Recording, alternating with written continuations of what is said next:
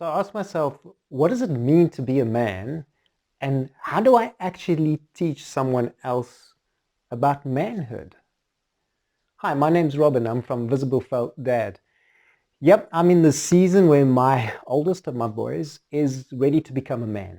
And not in this particular series, but whilst I'm doing this work with you, I'm preparing a personal journey on how do I actually deal with this in my own life.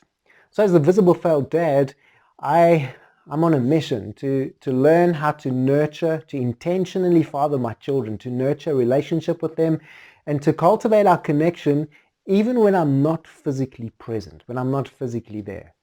And one of these challenges is this conversation, both for the boy child and the girl child, of manhood. What does it mean to be a man? For the boy child, what does it mean physically to be a man? And for the girl child, I trust when she's ready, she'll be making partnership choices if she chooses that. And if she chooses a guy, how do I help, how do I empower her towards what guy she should choose? What man is good enough for my girl? Said like a real father.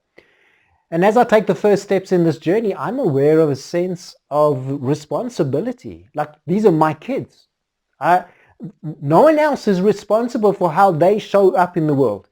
Now, I'm not talking about over-responsibility. They make their own choices. Even as child, even as adolescent, they're making their own choices. And in those seasons, they're learning about the choice making and the natural consequences.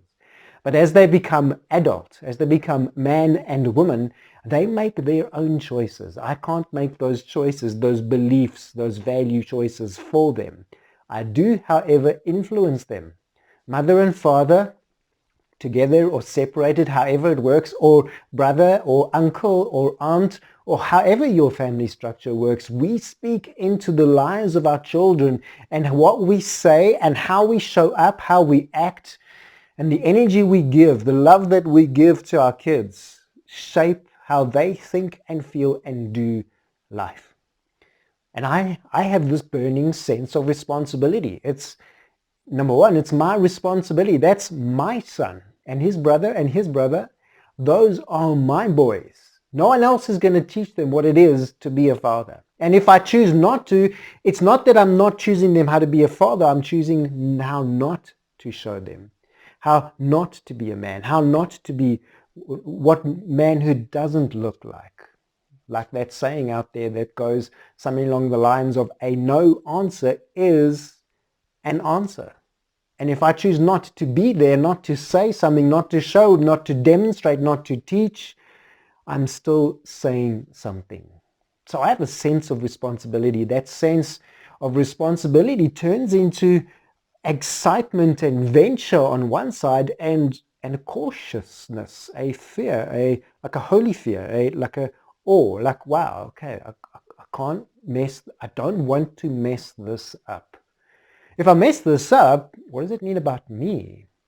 That makes me think, have I done my thinking? Have I done my journey? Have I gone through a rite of passage from boyishness, from boy things to man things, to manhood? Have I put down childish ways? Have I sorted my own stuff out?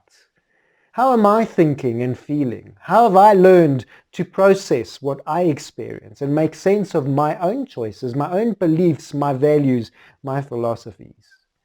And have I done enough of that to be able to teach my children to do the same?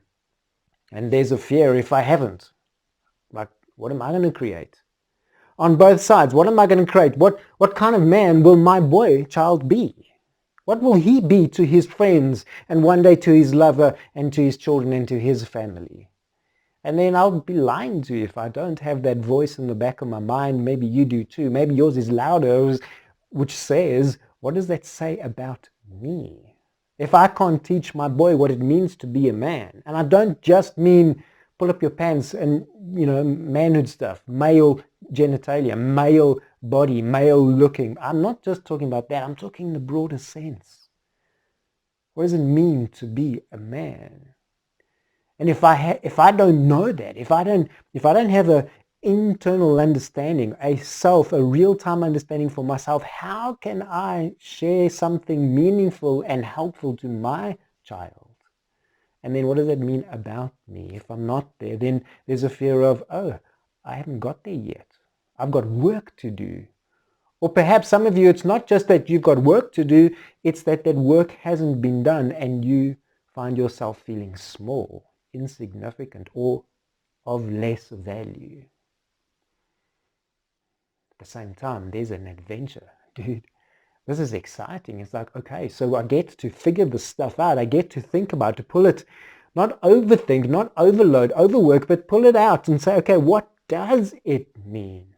And in this opportunity, I have one too. As I reach out to my boy, as I prepare to have these conversations with my son, my boy child, with each of them as it is their turn, I get to have that conversation with myself and to remind myself, hey dude, am I showing up as a man? Have I got my manhood together? And I don't mean just what's hanging in my drawers.